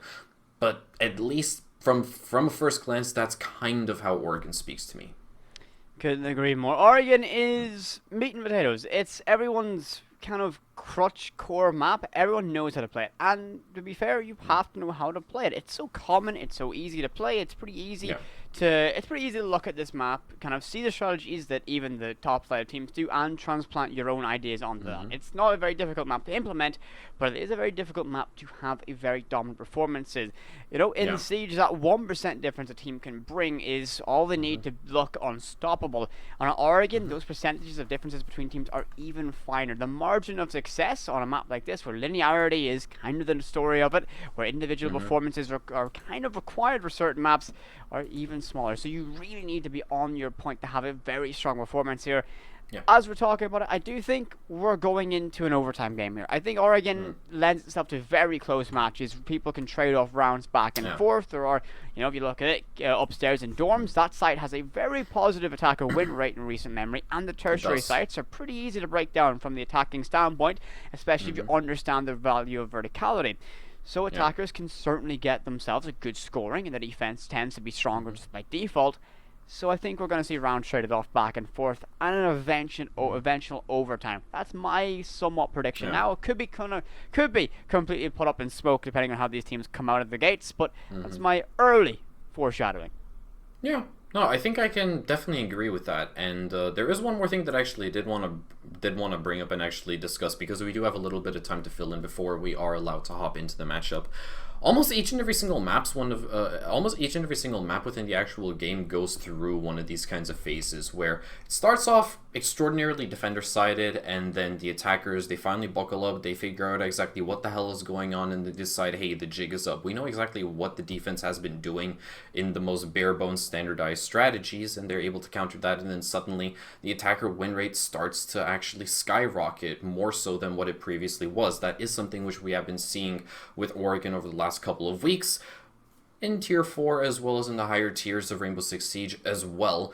Oregon, specifically that top floor bomb site, has become a bit more difficult to actually defend, as well as the tertiary bomb sites. And normally when it comes to other maps, that technically does prompt the defense, or technically just teams in general, to try to adapt and try to innovate a tad bit more with how they actually defend certain bomb sites.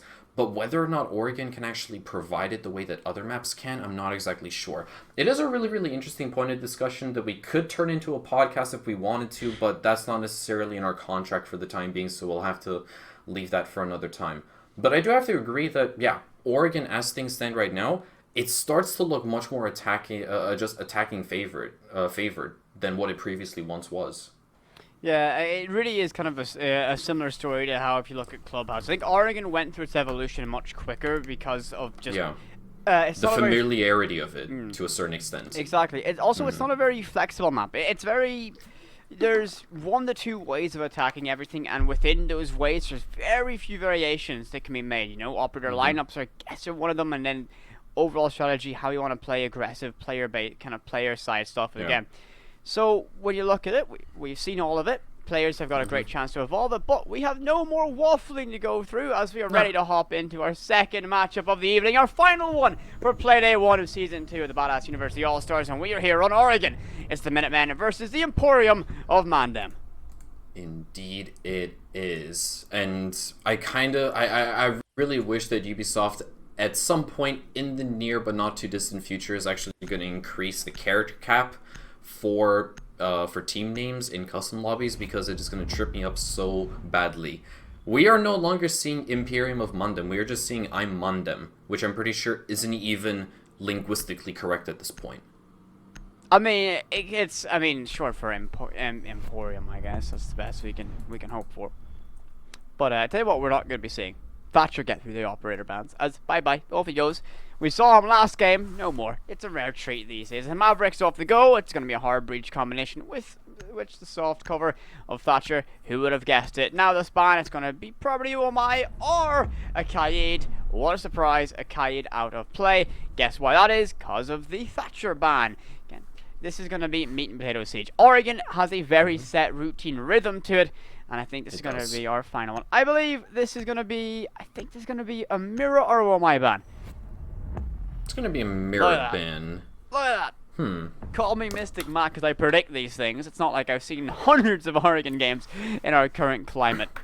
Yeah, definitely. It's not as if you have enough experience to make an informed decision about which operators are going to be banned out specifically to the point that you could just list all 4 of them off within half a second. I mean, we are feeble-brained casters. We are not allowed to have understanding of this game. Hold, actually, we have KDs above 1. We're completely loud opinions. Yeah, that's true. That's true. We're allowed to stay in the guild.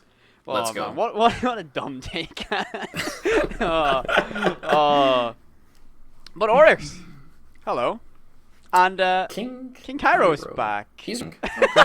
Okay. Hello, Cairo again. We were not expecting you to come. We were not expecting you to come back for more. Okay. Well, I mean, you've done great. It's Yeah. he took the first game as a warm up. Yeah. He is he is subbing it. Apparently. Yeah. Thank you. It caught me so off guard. Someone's pulling a double shift just like us. He's here for the entire. Oh man, it's like we're working a production with him again. You know, he's off doing his own thing in silence, and we get to ramble about what we see on screen. I mean, don't act like it's not rambling. It's the prep phase of Oregon. We're upstairs in dorms, by the way, and yeah, don't get me wrong. The rambling doesn't necessarily just soak up the entire duration of the prep phase. We usually go like a full 2 minutes into the action phase as well, because that gives us like 2 minutes 45 seconds to talk about whatever the hell we want before we actually do have something to discuss in game. One interesting little kind of thing I'm spotting out now is we're starting off early. We're already cutting off the waffle. Okay. Well, we could go back to the waffle, right? We can just pull it aside. Up to you. Make your point first. Okay. I'm curious. Okay. Well, we're not seeing an ace getting brought out. The settlement charges aren't going to be a factor for this one, and it's rare to see a thermite chosen over the brand new variation of hard breach. You know, it's when you walk up next to put your charge on a wall, it's a commitment. You can risk your life for that if the cover is not adequate, and so an interesting choice, but you know, something that's a little bit of a rarity these days. And I'm all up for seeing teams bring brand new strategies. Yana in play again. We've seen so much of her on Oregon. Infinite droning potential, grenades, and even that going 6 if you're daring enough to bring it. Definitely so. One thing that I actually do want to add onto the actual pick of Thermite is that, to me, it kind of looks like Imperium of Mundum might just be shooting themselves in the foot. Nice entry by Angelix to just shut down King Cairo. Maybe he's second-guessing himself as to whether or not he should have subbed in. Don't know. It's a bit too early to tell. But one of the main things... Yeah, he goodnights himself. Keep in mind, we say Amimir from now on. But regardless... the main reason why Ace is actually as prevalent as he is because of those 2 smoke grenades that he brings in his back pocket. Being able to block off LOS from the top of the white staircase as well as from inside of attic makes it that much easier to plant over by gate room. That's my point closed off. Let's get back into the action. A trade has indeed come on out, and this is going to actually favor Imperium of Mundum as we have Rose double down and shut down Age of Soul as well. We are going to have Sauce pick up one for himself, but his days are surely numbered as Angelix is going to respond practically instantaneously. Doubles down for the triple as well, and basically all of the action took place from inside of attic. Just like that, clicks on 3 little heads, not 3 little pigs, and Imperium of Mundum, they find themselves the first round rather swiftly. That was a very rapid assault upstairs, but almost plays true to our little bit of a pre-game waffle, I should call it. You know, this is one of the most vulnerable sites to the defense side, but beautiful shot. Cairo slower on the draw there. Called out a shoot at the OK Corral because he couldn't get his weapon out of his holster fast enough. The dude being able to collect that kill with that G36C, and of course the 3-piece put together by Angelix on that Sophia. Double down for it. Great play inside of attic. And again, massive props right there. A very well thought out structured attack. And they're and a grizzly bear versus a silverback. A question I posed in all chat. Who wins? Obviously the monkey. Everybody agrees. Well, okay. Science goes monkey. Like, yeah, okay. I like this. Everyone's saying monkey apart from one. He's got balls to actually go for the grizzly bear. I mean, the monkey wins. Like, the monkey wins, not just because of the overall meme factor, but just silverback gorillas in general. You know that's pretty scary. Deadpool too. Where Juggernaut gets Deadpool and it kind of pops him apart. Silverback versus bear. That's how it goes. Indeed. Just letting the silverback just grabs the bear and just goes pop, easy dub. Yeah, I even though I have never actually seen before a grizzly bear go up against a silverback gorilla before in my life, or you know the scientific term monkey, I can definitely attest to that. Yeah.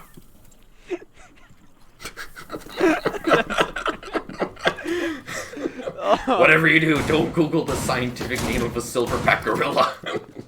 Monkey. The real question is, Yeah. Twitter. Twitter's a pretty big part of T4 Siege. Did you keep your Indeed eye it on? is. Yeah. Did you Grommet Cup or Monkey Cup? Ooh, this is a tough one. This is a tough one, just because of how big a role Grommet actually played in my childhood. I might have to side with him over Monkey. Oh, the correct choice. Grommet. Yeah. Grommet is actually the best dog known to humanity. I didn't even know it was a dog until you told me just 7 seconds ago. You did not know Grommet was a dog? No, I just thought it was some kind of amalgamation of nature, to be fair. Oh God. Oh, to yours. It didn't, in my eyes, the last time that I actually watched Grommet was probably when I was 12. It did not resemble a dog from what memory actually serves me. He do be kind of vibing though. Like, Yeah. yes. But okay, we've settled the dilemmas of the world. Apparently somebody's microphone is getting cut. I don't know exactly. Scipio finds the entry onto Dumfries. Just like that, we've been able to entertain you guys, ladies and gentlemen, inside a Twitch chat for a good 90 seconds, and the action has finally commenced. I know, we're surprised, the players are surprised that a gunfight has actually taken place, and Dumfries is the first to have fallen. I'm on them. On the attack, once again, in the driver's seat for the second time in a row, back-to-back rounds. C4 will be tossed up by King Cairo, but oh no, he'll get domed once again. Angelix is just on a roll with that M762 and is going for the exact same entry as last round. Hopefully it's going to bear as much fruit as the previous round, but oh no, quickly shut down by Sauce with the Mossberg. Shoddy in hand is going to clean up the Zofia. Toxic Babe will be tossed on out, preventing Rose from entering in once again, but it doesn't even matter. Sauce is going to walk right into her LOS, and that's going to leave Imondem in a 4v2 scenario with just under a minute to execute. Oh, Sauce wasn't too saucy there. Couldn't find a second. But now going to be shut down by Rose. That's going to be the trade-off there. The MP5 gets stripped. Another one here is right to the... Well, it's going to be a tricky fight. Runs out of ammo and Rose finds a second. It's now all down to Edge of Soul in a 1 versus 3. Already trading off some damage deep inside a bunker. Oh! Finds a great headshot on the Rose box for second one. Misses by millimeters, but has to be accurate with the MTX. A Peace Shooter lobs out a C4, but to no avail. Lands on a hard wall and now forced into a very tricky post-plant situation. Creeps and crawls, has a yawn to worry about, and those could be Gemini replicators are the real thing. That's a Gemini, has to be. Yeah, okay, it is. It's always a dangerous gamble. This fear is there, but that's gonna be DJ to finally get that last kill. Imperium of Mandem claim round number 2. 2 rounds in a row on the offensive side, and well, they're looking very strong there. Great read, great post-plant situation, and another great round on the board for them. These are 2 back-to-back rounds which have taken place on the top floor thus far, and don't get me wrong, this particular round looks so much better on the side of Miniman on the actual defense, mainly because of the fact that they didn't lose all 5 players in and around of Attic. It actually went the full distance. We saw the entire song and dance of a top floor attack. It just suddenly didn't go the way of the defense this time around. But obviously on the side of Imperium of Mandem, they really had to step things up. They didn't necessarily get handed a lot of freebies like in the previous round. They had to work for their frags. It was just unfortunate enough that Minutemen were caught out so early and were losing a lot of crucial gunfights. Angelix specifically on the Zofia was able to practically recreate that exact same magic as round number 1 on the Zofia, and still that is simply enough to actually pull Imperium of Mandem over the finish line for them to have net themselves their second round. But now, if you're a fan of the Minutemen, you've got to start wondering to yourself, like, man, we've been running our heads into the same concrete wall that is that top floor. It hasn't been working out after 2 times of asking. Where do we go now? We have to go to the basement. This might be our only realistic shot of actually getting ourselves on the scoreboard, and they desperately need it right now. They're on the defense side, and they really, really should be grabbing as many rounds as possible. Otherwise, their attacking half is going to be really sketchy to accomplish. One thing I want to notice, and this might give Yeah. you flashbacks to a certain team, is the lack of a smoke on the board. There's no smoke. Yep. Goyo is going to be the sole utility to hold on to that elbow corridor, as well 2 ADS to protect this shield here by Boiler. So, an interesting decision, interesting commitment of utility, but alas, to each their own, and this is the variation that you love to see. So, there's going to be the Minutemen playing perhaps off default strategy as the entry in the P3 begins. Ash gets that early control, That's going to be setting this up. Again, this is going to be a pretty easy clear of elbow with single ADS to clear, so if he can just bonk some stuff away. But there is a mine to worry about, I guess, so those pancakes are going to be there to defend that position. And Banshee as well, further advanced, so he's slow progression. And Sauce, well, how saucy can he be behind this Goyo shield? Has lots of information to play with, so through those small openings. But will anyone present him an opportunity? That's going to be barbed wire bashed away, proxy alarm out of action. This is going to be a very tentative few moments here, the early phase of this Oregon round, and, well, who could have guessed that? Not me. No. Never in a million years would I have guessed that this round would have played out in the exact fashion that it has thus far. I predict that Imperium of Mundum are gonna try to clear out elbow next. Does that sound bang on the money or kind of reckless for me to guess? I think that's bang on the money, but one thing I want to kind of mention is that Twitch drone just to disable that Banshee. Yeah, it did. That's Twitch drone utility. It's a rare sight these days. DJ opens the hatch up in the boiler. 4 versus 4. Trade-off happens. Script loop goes down as well as Dumfries. And that's, well, a tricky situation. But again, this is going to be Oregon. Slow, tentative, patient hands required. Minute 20 remains. And lots of pressure being exerted outside of blue barrels. Doesn't look like there's much of a roam presence. So, tower stairs. DJ, step up to the mantle. You've got to win this fight. Dude's going to get himself lit up inside of a freezer. A great angle. He's going to crouch just too early and miss some very, very vital shots there. And he's going to retreat himself back up top of freezer stairs. Sauce, though, still in a fantastic position to delay not only time, but find some heads. The SMG-11 sings and downfalls Iona. And it looks like King Cairo is next on the plate. He's going to get shut down by DJ, who has to be very careful here, who can clear out the position of that Goyo. Rose have been left in deep over by the blue barrels, and, well, DJ chooses the wrong time to reload. 40 seconds remain. It's a 3v3 scenario, still an even playing field, although it doesn't start to feel like that at all whatsoever. Angelix is actually able to shut down Age of Soul, the player over by elbow. Now that position will not be patched up, at least not for the time being, but it looks like DJ wants to get that reinforcement in as soon as possible before Sauce finds one for himself. Will be traded off immediately. 17 seconds left to play with, and Roar with the SMG-11 unfortunately can't spot out anybody's head whatsoever. Actually, I thought that was a trade coming out onto the Twitch by the looks of it over by Pillar. I believe the Twitch was shot on down, and Angelix was just left fumbling about with his sidearm and caught no action in the last dying seconds of the round whatsoever. But regardless, let's go ahead and break down exactly what happened in that particular round. On the side of the offense, on the side of Imperium of Mundum, they tried to divide and conquer. It's something which I can definitely respect. We saw one player, that was namely the Dobbs, start to push on in through Freezer, but unfortunately enough, he was actually the first to fall in that 4v4 scenario at the hands of Roar. And at that certain point, when the Minutemen were left in a 4v3 scenario, all they really had to do was hold down the fort for as long as possible, not get too antsy, not get too over-aggressive, and it could have all ended in their favor. But unfortunately it didn't, because of all the things that I just listed. They tried to actually challenge unfavorable gunfights, and they were punished so heavily for it, to the point that Angelix was able to convert a 3v3 even playing field scenario into a 3v2 in their favor as well. And at that certain point, when you're on the attack on Oregon, the most basic map in the entire game, it is not a chore to challenge favorable gunfights and just play for refrags whatsoever. I personally was expecting that particular round to have ended entirely differently. The moment that the Dob had fallen, a 4v3 scenario should have gone in favor of the defense, but it simply didn't. And just like that, Imperium of Mundum, they now find themselves 3 rounds ahead. We've only seen 3 rounds, and they've taken all of them. It's pretty mind-boggling, at least to me. It really is. 3 rounds of the attacking side. Well, great advantage to find yourself in, and on the offensive split, especially on Oregon. Look at this. Dumfries, very aggressive. Spots the Ash. Just the back end of the Ash, but perhaps might be able to find the droner. Zapped and well, instantly sent to the Shadow Realm. Bye-bye. The R4C claims another victim, and the advantage already in the side of the Emporium. Imperium. Imperium. Oh god, I'm not a 40k guy. It's gonna be a rough one. Imperium of Mandem. What, you mean like Warhammer 40k? Well, it's the Imperium of Man, is what that's clearly based off. Is that not a faction from... Don't ask me, I've never played Warhammer 40k before. Yes, our brilliant observer has confirmed. I am correct.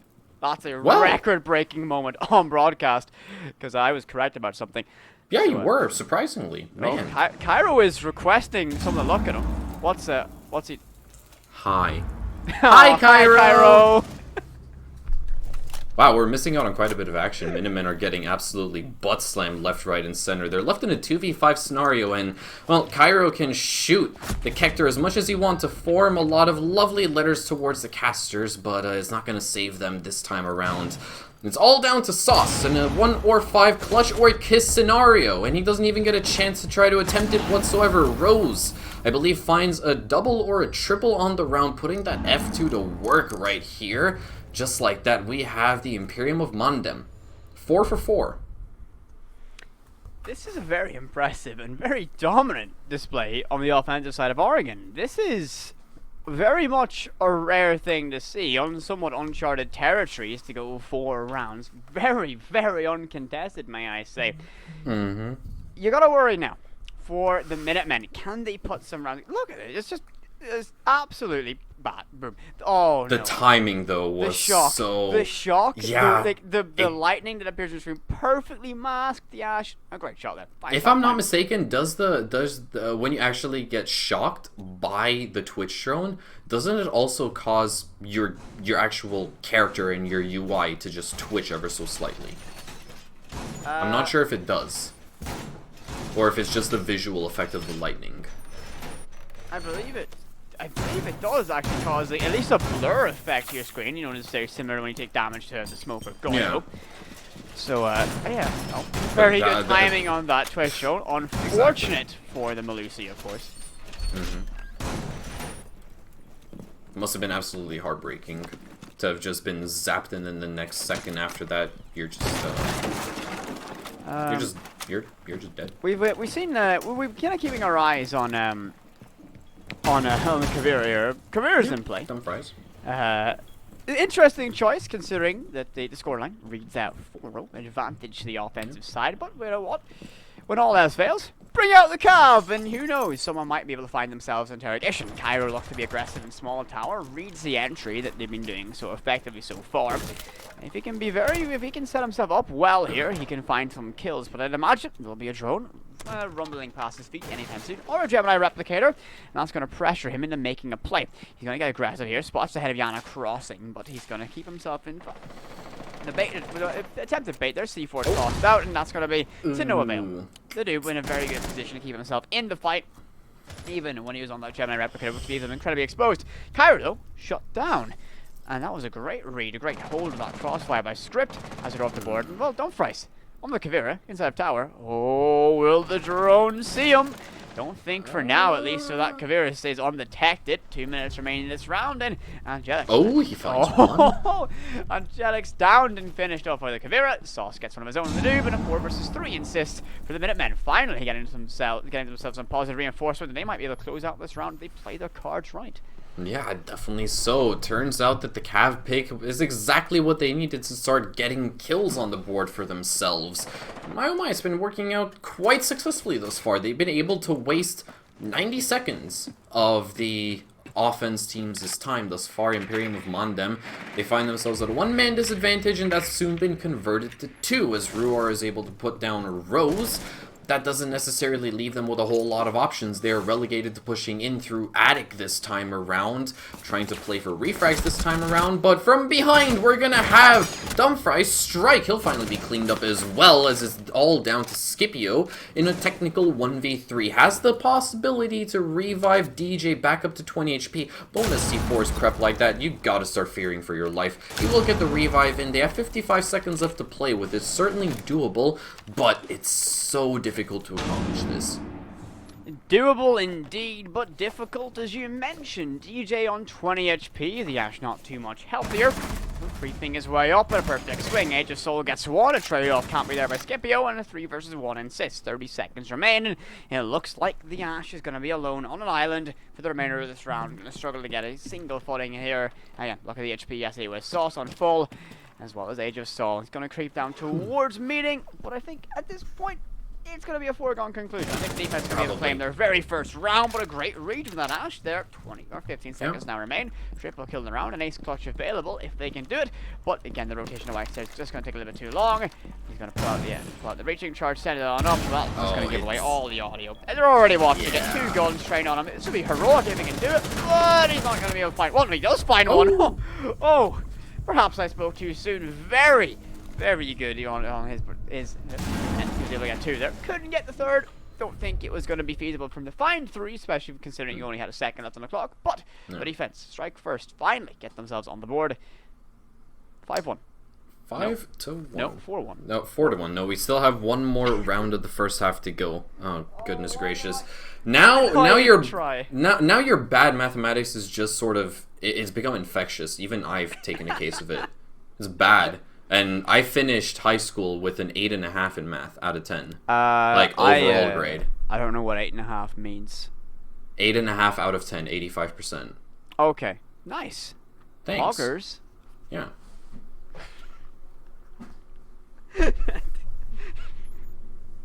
I have nowhere to go from that one, to be honest. Well done. Congrats. Really, all of the years at perfecting the art of the waffle. Can't pull out anything from that. No segue, nada.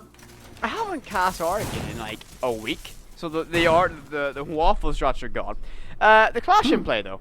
Cairo is he's doing a bit of a grand tour on operators. Grabs the Clash, and we shall not mention the delectable donut that he's wielding right now. You kind of just did, bud. That's the whole point of that bit is you know. Yeah, I know. Could have been a tad bit more discreet, though. Could I have? How would Probably you? Okay, not. well, then how No. would you go on about it? I don't know.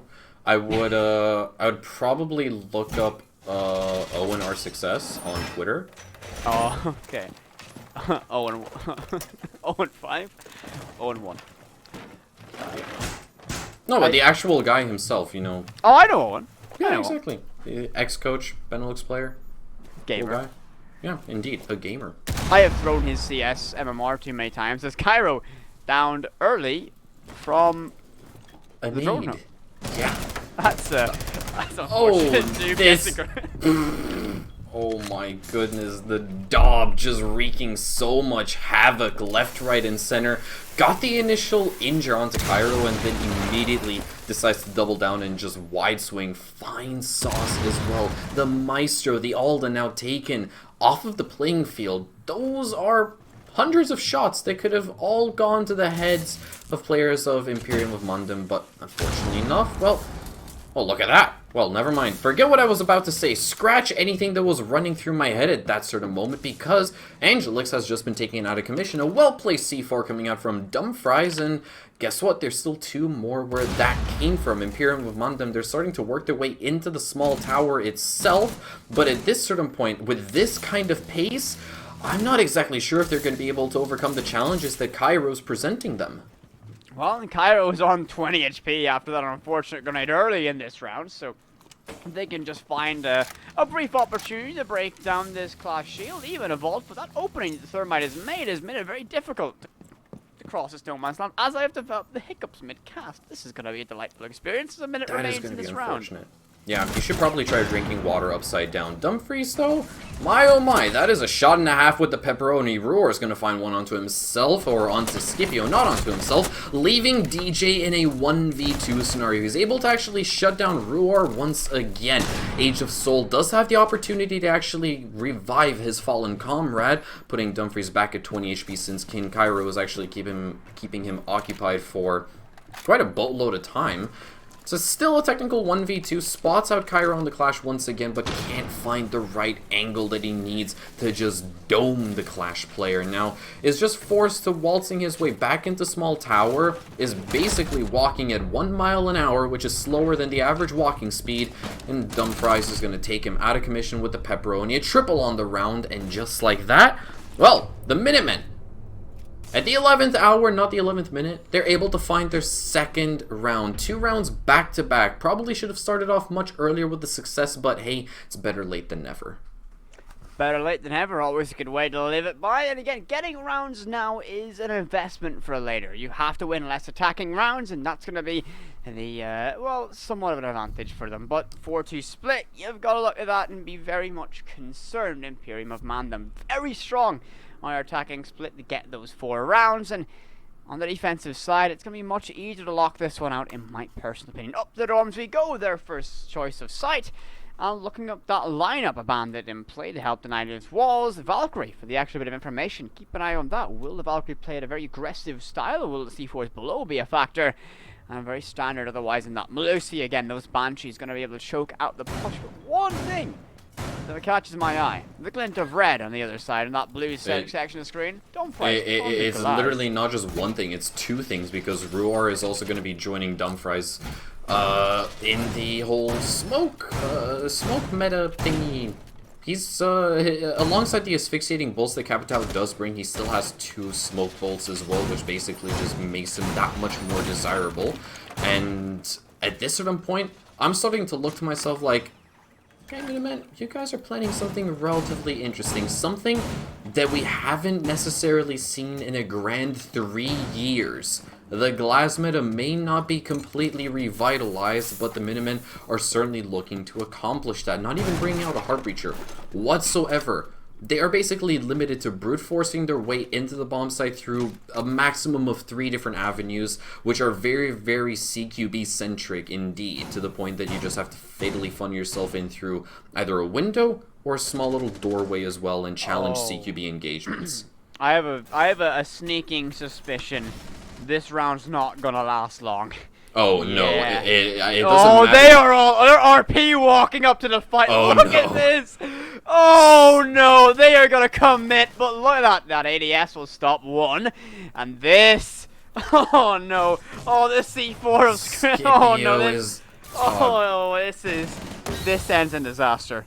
Duel of Fates may or may not be playing in the background right now as the first smoke balls will be tossed on out. Sauce tries to stick the plan, will be forced into a different position right into the C4 from down below, tossed out by Scipio. Now the diffuser, practically in no man's land, will have to be recovered as Cairo immediately gets the trade as well. Doubles down and shuts down the DAW, putting us in a 4v3 scenario, and Dumfries is trying to put that thermal scope to good use, but will actually swap out to the hybrid reflex, only to his demise. Rose finds one for himself. King Cairo on for the ace will finally be put to rest as well. And just like that, the round hasn't lasted very long since the start of the RP walk scenario, and it's all down to Age of Soul in a 1v2 scenario. This is very much clutchable, with 2 players to power through and potentially recovering the diffuser as well for the plant. This is clutchable.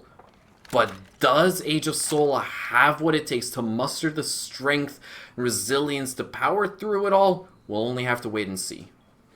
Well, I've said it wouldn't be a very long-lasting round. It looks like we are very much in store for that one. A 1 versus 2 now. Age of Soul reads the pre-fire absolutely brilliantly. Angelix falls, and now in a 1 versus 1. The Smoke's on low HP. Both of them actually on identical values of health, remaining a concussion and loaded in that lifeline. And well, this is a very tense and tentative moment for both these 2 players. 40 seconds remain. Will the Minutemen be able to recover what was a very scrappy round? Sophia peers around the corner, only be slapped down by some 9mm rounds, and that's going to be a headshot to confirm it all. Rose stays calm, composed, and collected, and that's going to be a victory for Imperium of Mandem, growing their advantage even more to 5-2.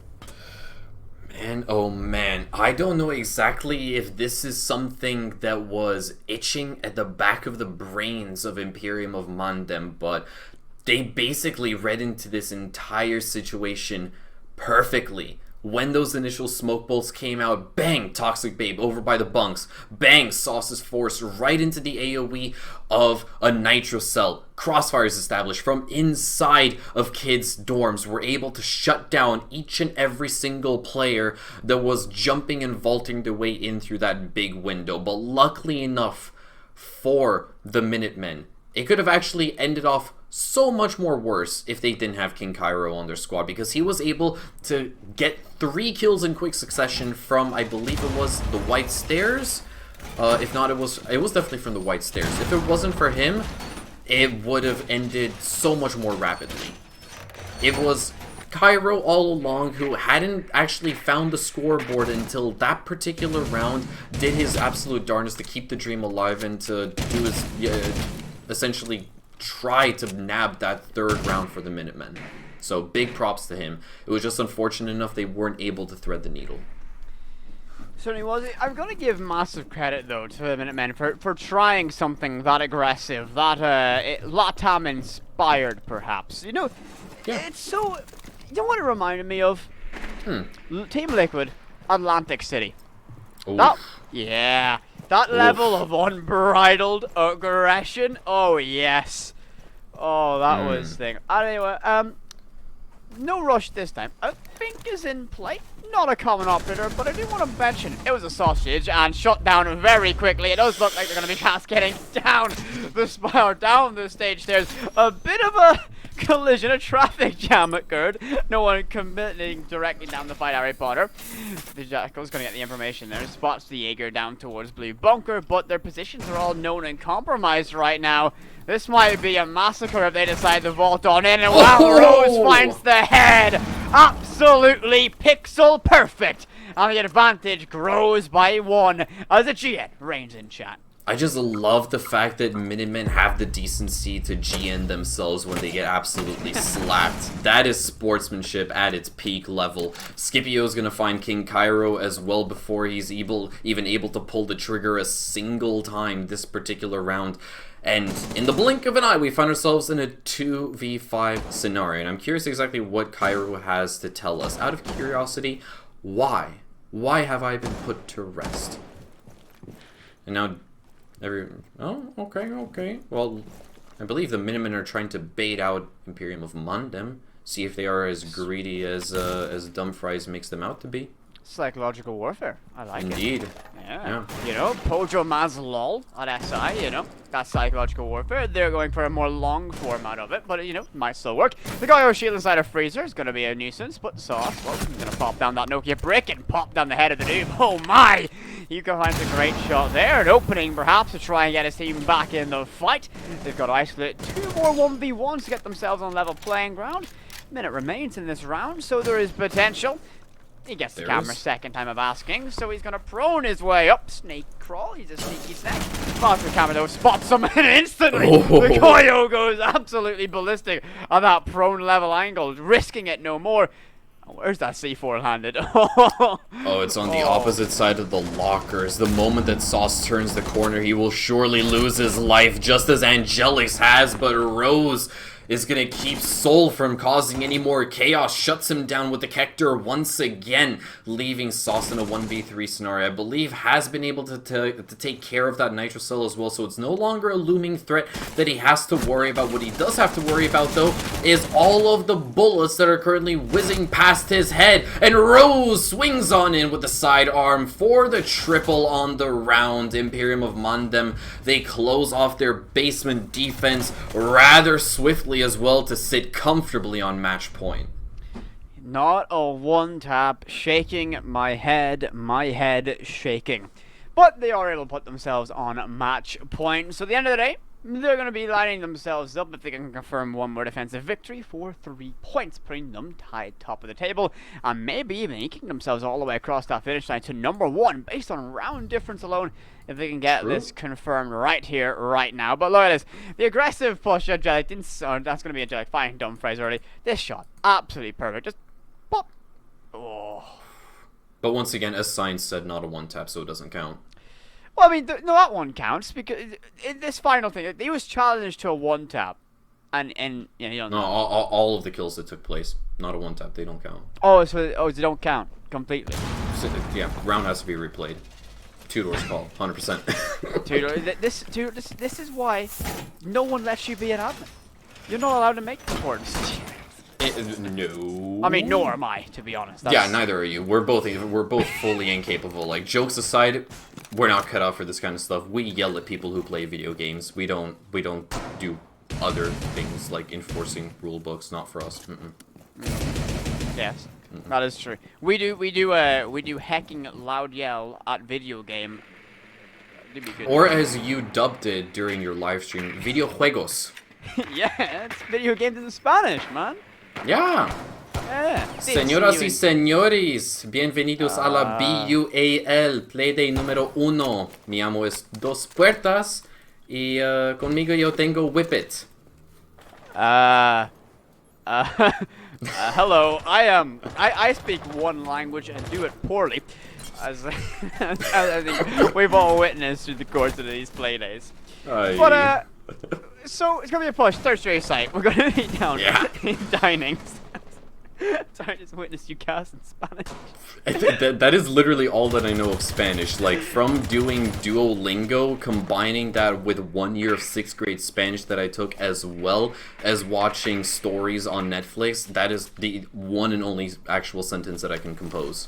Well, Don't expect any more out of me. Pretty impressive considering I can only just about manage English, and that's to be honest. Quite the achievement, you know. You should be proud of yourself for that. Yes, Yeah. I'm only a native speaker of 20 years of the language, and well, that's going to be Sauce falling early in the round. He's going to be slain out by Skipto, and that's going to be upstairs. The third might try for verticality, and Rose goes, no.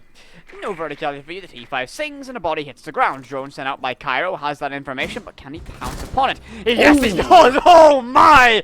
Cairo! Brilliant pre-fire, brilliant reactions, and he gets one kill. But DJ gets a trade off, and that's going to be Dumfries up the board now. And Cairo, well, he had a fantastic opening to this round, but can he close that on a 1 versus 4? He's having a moment of contemplation. He's waiting for the actual drop. He's waiting for his Alexa to play Thunderstruck. He's trying to get himself in the right mindset. Looks for an engagement now, deep towards the shower doorway. Taps away, but he's returned some damage. Minute 10 remains. Clutcher kick in shot. Will he be able to do it, guys? Oh, I don't think so. No. No. Turns out that King Cairo himself is the one who has been thunderstruck. Unfortunately enough for him, cue in the lovely little electric guitar solo right over there, because Imperium of Mondem, they've been able to take Oregon so dominantly away from the Minutemen. 7-2 scoreline. Not at all what I was expecting from them thus far, and I truly have been blown away, showing exactly how dominant they are, potentially even a statement to the rest of BUAL, and basically just touting themselves as a team that you do not want to mess around with. I couldn't put it better myself. They played an absolutely fantastic matchup and rewarded handsomely with 3 points, and that's going to put them in the top seeding, or kind of in the top area. I wonder, just based on round difference, if they're going to be able to take that number one spot. It's at the very tippy top, because Team Triton, after yesterday's matchup, if I'm not mistaken, they won. Which map did they play on? I don't remember. Team Triton. Hold up. I have my notes for this one. Cafe. They played Cafe and they took that 7-3. That is a +4 round differential, which they sit on, and now that Imperium of Mondem. Yeah, now that Imperium of Mondem, I was thinking Mondem, but I forgot the full name for just a hot second right there. Now that they have closed off Oregon 7-2, that is a round differential of +5, meaning that after the entire first play day, they sit on that top spot. Oh, massive congratulations to them. Who would have thought it would be closeout now?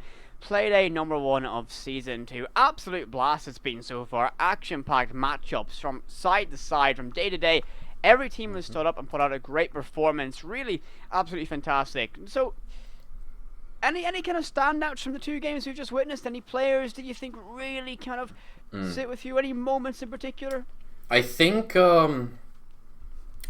if I'm going to sort of draw our minds over to that last match that we saw on console, it's specifically on the side of the Coconuts.